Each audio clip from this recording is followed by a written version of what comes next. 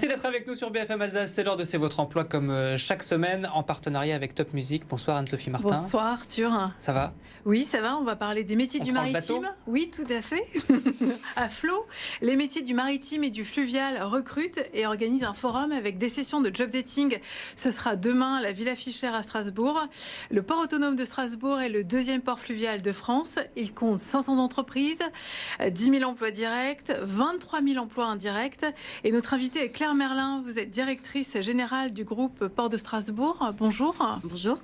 Alors, le port autonome de Strasbourg et ses filiales proposent actuellement 13 postes à pourvoir. Quels sont ces postes ? Alors ces postes d'abord sont répartis entre nos 3 entités, puisque le port de Strasbourg c'est la maison mère, l'établissement public en tant que tel, mais c'est aussi Batorama, donc qui fait les bateaux promenade sur l'île, et Rhein Europe Terminal, qui est notre filiale qui opère la manutention, c'est-à-dire celle qui charge et décharge les conteneurs sur les terminaux de Strasbourg. Donc ces 13 postes correspondent à des besoins qui sont en cours.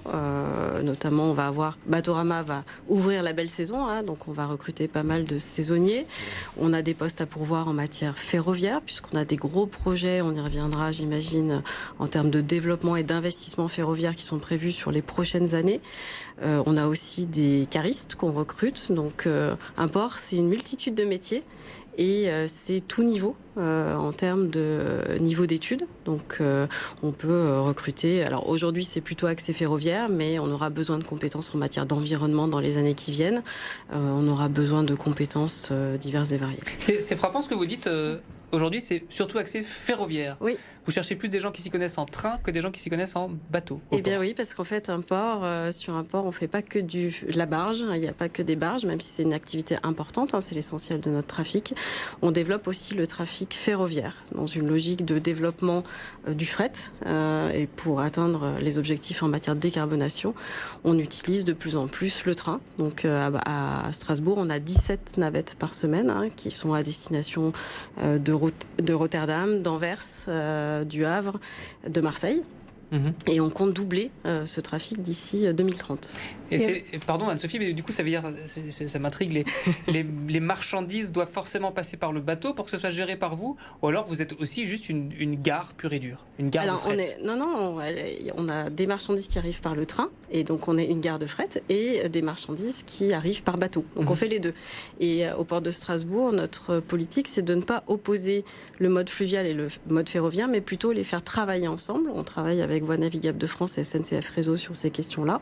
Et donc l'idée, c'est plutôt de travailler sur la solidarité des modes et de ne pas les opposer. Notre intérêt, c'est qu'il y ait moins de camions sur la route et plus de fret. Donc on développe les infrastructures qui nous permettent d'atteindre ces objectifs. Et parfois la navigation est incertaine avec les phénomènes de base eau, c'est ça? Absolument. Donc le ferroviaire est plus sûr, c'est ça? Alors pour le ferroviaire peut les marchandises. En fait, le ferroviaire peut prendre le relais dans ces cas-là, mais on peut imaginer l'inverse aussi. Hein, c'est arrivé, c'est-à-dire accident ferroviaire, problématique d'infrastructure sur le ferroviaire. Dans ces cas-là, on utilise la barge.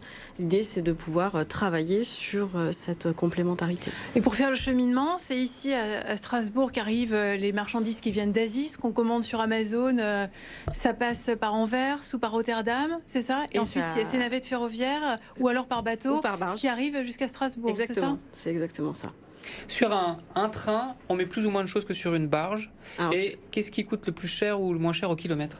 Alors sur un train, on met nettement moins de conteneurs que sur une barge. Hein. Ce qui coûte le plus cher, j'ai envie de vous dire, tout dépend de la situation. C'est-à-dire que les prix peuvent être assez volatiles. La barge est plutôt compétitive, sauf en période de basse eau, où là le coût se renchérit. C'est après question d'offre et de demande classique. Hein. Donc après, la route est très performante sur le just-in-time. Ça fait partie des réalités aujourd'hui. Voilà.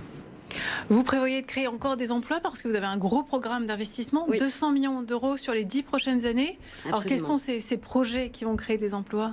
Alors, on a un gros programme de rénovation de notre infrastructure fluviale et ferroviaire. Donc déjà, on entretient notre infrastructure. Hein, donc, c'est à peu près 5 à 6 millions d'euros par an sur les 10 prochaines années pour qu'on offre une belle qualité de service hein, à nos clients.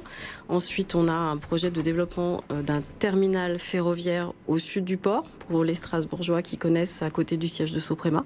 Donc, un gros investissement estimé à 70 millions d'euros aujourd'hui. Hein, donc vous mettez les bouchées doubles sur le on met les bouchées d'aube sur le ferroviaire, mais pas que, puisqu'on a aussi des projets d'extension de nos terminaux à conteneurs, notamment à Lauterbourg, puisque le port de Strasbourg, c'est tout le Bas-Rhin. Donc ça va de Lauterbourg à Markolsheim. Donc Lauterbourg va monter en puissance ? Oui. Absolument. Ouais. Justement, j'allais vous poser la question de la complexité que ça peut représenter pour vous d'être au cœur d'une zone très urbanisée et qui l'est de plus en plus avec le projet des deux rives. Strasbourg s'est beaucoup étendu dans la direction du port. Est-ce que c'est une complication pour vous ? Du coup, vous lorgnez vers Lauterbourg, vous dites on va être plus tranquille là-haut. Comment ça s'organise ? Pas du tout. En revanche, c'est vrai que le lien entre Strasbourg et le port de Strasbourg et la ville de Strasbourg est un lien, j'ai envie de dire, essentiel depuis toujours. Donc nous, on voit plutôt ça comme une opportunité. Alors, je ne vais pas vous dire que ce n'est pas source de complexité. Il faut trouver évidemment des équilibres en termes de fonctionnement ville-port. Mais grâce à ça, le port aussi devient une place où on fait de l'énergie décarbonée, offre des prestations qui sont intéressantes au bénéfice des habitants.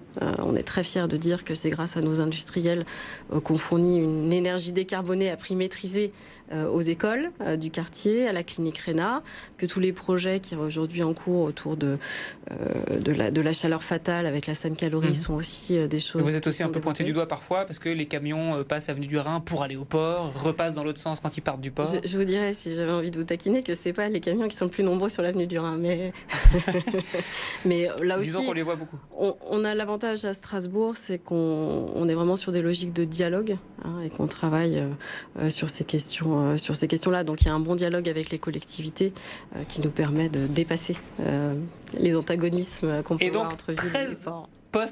13 postes à pourvoir au port autonome de Strasbourg. Merci beaucoup d'avoir accepté l'invitation de BFM Alsace. Beaucoup. On passe aux annonces.